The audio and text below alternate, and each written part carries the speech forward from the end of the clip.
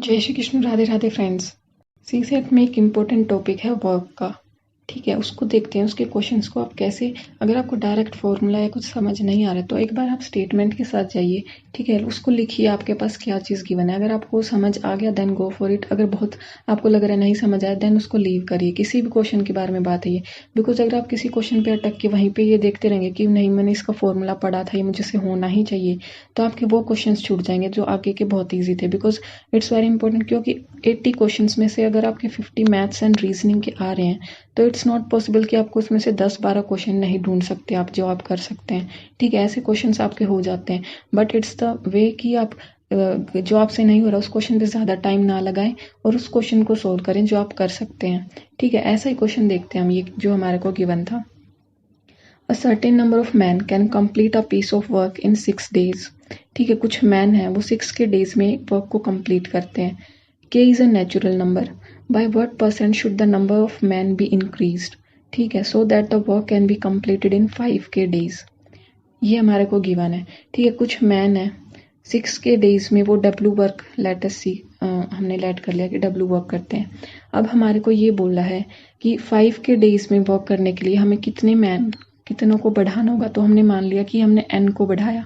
ठीक है, m plus n कर लिया हमने, that is equal to W because work is same. ठीक है, हमें बस ये, तो अब जब statement 1 and statement 2 W equal है, इक्वल टू W, तो हम इनको इक्वेट करेंगे।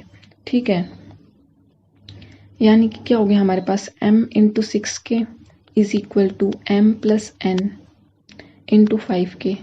ठीक है, K से K कट जाएगा, राइट। तो अब हमारे पास क्या बचा, 6m is equal to 5m plus 5n। ठीक है, जब 5m इस साइड जाएगा तो माइनस हो जाएगा, तो हमारे पास क्या बचेगा, m is equal to 5n। ठीक है, आप इस जो स्टेटमेंट आपको गिवन है उसको सॉल्व करिए। ठीक है, आपका आंसर डायरेक्टली आ जाएगा। अब देखो यहाँ पे क्या हुआ, m अपॉन n क्या बचा हमारे पास, 5/1, राइट। 1 मिनट, क्या बचा हमारे पास, 5/1 बचा m/n। ठीक है, और हमारे को पूछा क्या था, परसेंटेज में बताना है कि कितने इंक्रीज करना होगा हमारे को। ठीक है, तो पहले 5 थे, n यानी कि जितने इंक्रीज किए हमने वो 1 है, तो 1/5 जितने की पहले थे मल्टीप्लाई में 100। ठीक है, परसेंटेज में निकालना है, तो हमारे पास क्या आ गया, डायरेक्ट 20%।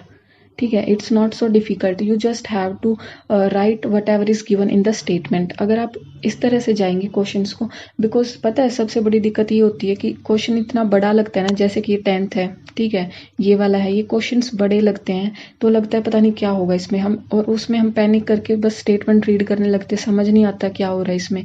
बट आप स्टेटमेंट को रीड करते जाइए, जो आपको गिवन है उसको लिखते जाइए। ठीक है, वहां से आपकी जो स्टेटमेंट निकल के आएगी ना, उससे आप सॉल्व कर जाएंगे उस क्वेश्चंस को। ठीक है, ऐसे ही कुछ सिंपल क्वेश्चंस को मैं आपको इसमें सॉल्व करके दिखाऊंगी ताकि आप इनको पहचानना सीख सकें और इनको सॉल्व कर पाएं। ठीक है, मिलते हैं नेक्स्ट वीडियो में। जय श्री कृष्ण, राधे राधे।